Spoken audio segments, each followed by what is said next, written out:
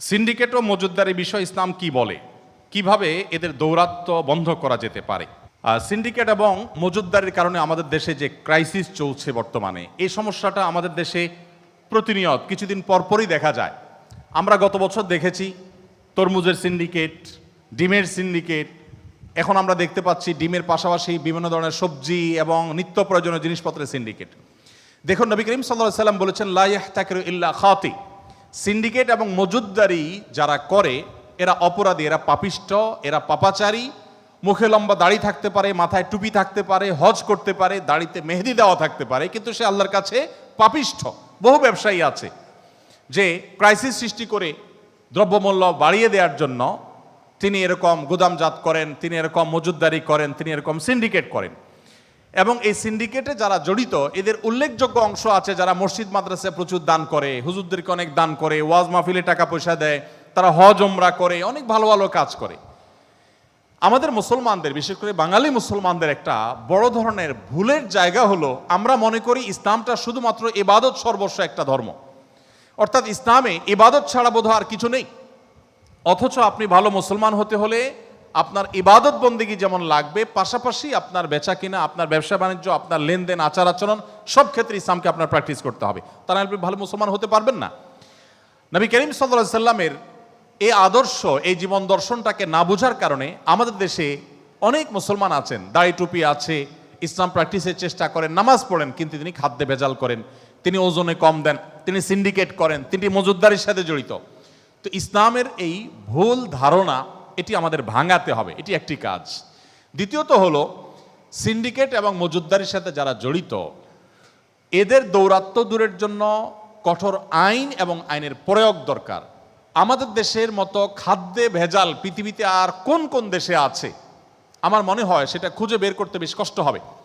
আপনারা যারা পৃথিবীর বিভিন্ন দেশে গিয়েছেন ধারণা রাখবেন যে আমাদের চাইতে পিছিয়ে থাকা, অর্থনৈতিকভাবে আমাদের থেকে পিছিয়ে থাকা দেশগুলোতেও খাবার দাবারে কোনো ভেজালের ব্যাপারে কোনো প্রকার কম্প্রোমাইজ করা হয় না। অথচ এই দেশে আপনি দেখবেন অনেক দোকানদার এই লম্বা দাড়ি, মুখে সুশোভিত দাড়ি মাশাআল্লাহ, কিন্তু তিনি দেশি মসুর ডাল আর ইন্ডিয়ান মসুর ডাল মিক্স করে দেশি মসুর ডাল বলে বিক্রি করছেন। তার কাছে এটা মনেই হয় না যে তিনি এই পোশাকে ইসলাম যেটা ধারণ করেছেন এটা ইসলাম না।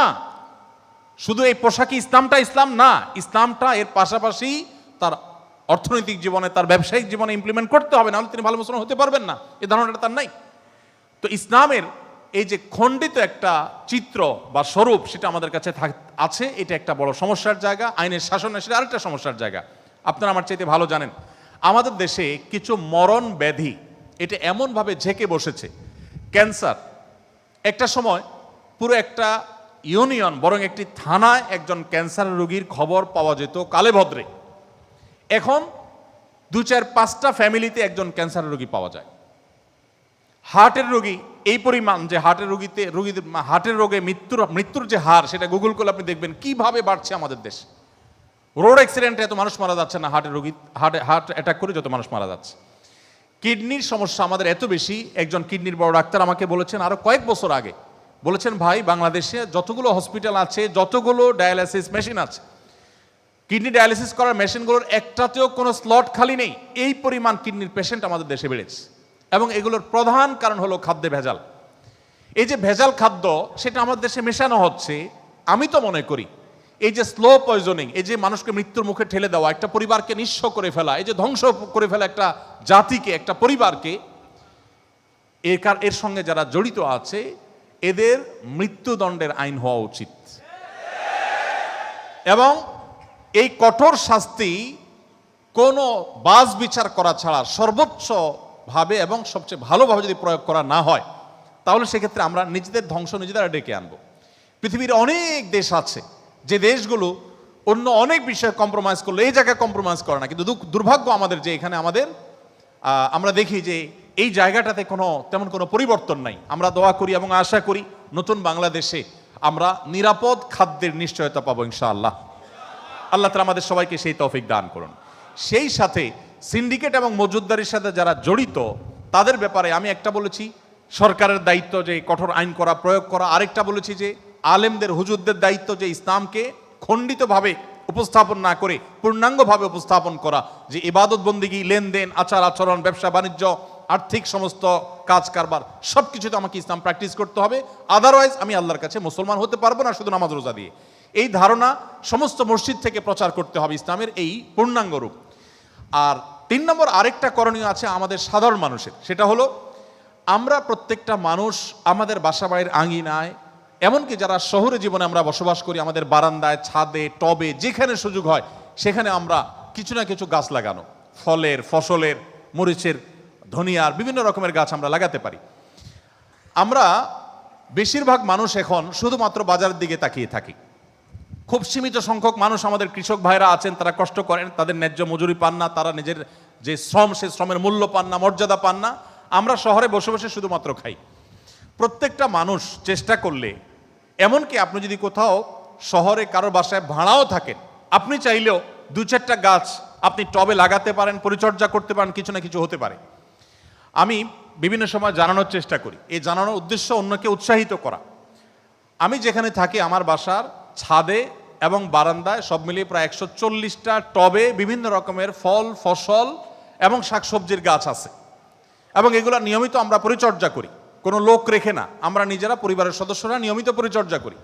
এবং আমার বাসার পাশে একটা 1 খণ্ড জমি খালি আছে, সে জমির মালিক পরিচিত, তাকে বললাম ভাই জমিটা পড়ে আছে, আপনি যদি পারমিশন দেন আমি কিছু মাটি বাহির থেকে এনে ফেলে এখানে আমি চাষাবাদ করতে চাইনি। বলছেন ওয়েলকাম, ভালো করেন। আমরা সেখানে চাষ করি। ভরা মৌসুমে, শীতের মৌসুমে আমাদের খেতে আলহামদুলিল্লাহ 18 থেকে 19 পদের শাকসবজি হয়। আলু ছাড়া কোনো শাকসবজি, আলু আর পেঁয়াজ ছাড়া কোনো শাকসবজি সাধারণত আমাদের কিনতে হয় না। এমনকি আখ পর্যন্ত আছে, এখনো আখ আছে আমার খেতে। এবং ছেলেদেরকে সাথে নিয়ে ফজরের পরে, যেদিন কোনো বিশেষ ঝামেলা না থাকে, ফজরের পরে আমরা 1 ঘন্টা ফজর নামাজের পরে বাপ বেটা সবাই মিলে আমরা খেতে কাজ করার চেষ্টা করি।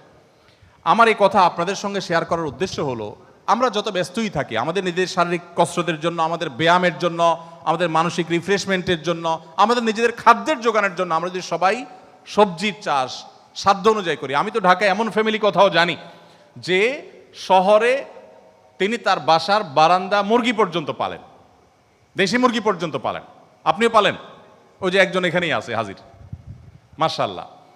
তো আমরা যদি সবাই এরকম উদ্যোগী হই, তাহলে সিন্ডিকেট এবং মজুতদারি যারা করে তারা এটা করে সুবিধা পাবে না। এখন আমরা সবাই শুধুমাত্র বাজারের দিকে তাকিয়ে থাকি। আমি ত্রিমুখী প্রচেষ্টার কথা বলেছি। আইনের শাসন যেমন দরকার, তেমনিভাবে ইসলাম সম্পর্কে সঠিক ধারণা, নীতিনৈতিক দিকটা মানুষকে জোরালোভাবে বোঝানো দরকার, ভালোভাবে বোঝানো দরকার। সেই সাথে আমাদের সাধারণ মানুষের করণীয় আছে। আমরা শুধুমাত্র সরকার অথবা ওই অপরাধী চক্রের দিকে তাকিয়ে থাকি যে তারা কবে ভালো হবে। আমরা আমাদের জায়গা থেকে তাদেরকে সোজা করতে পারি। গত বছরের একটা ইস্যু আমার মনে আছে, সোশ্যাল মিডিয়াতে একটা ক্যাম্পেইন হয়েছে যে তরমুজ সিন্ডিকেটকারীরা তরমুজের দাম অনেক বাড়িয়ে দিয়েছে, তাহলে আমরা তরমুজ খাওয়া কয়দিন বন্ধ করে দিই। এবং সিরিয়াসলি তরমুজ কেনা বেচা অনেকে বন্ধ করে দিয়েছেন।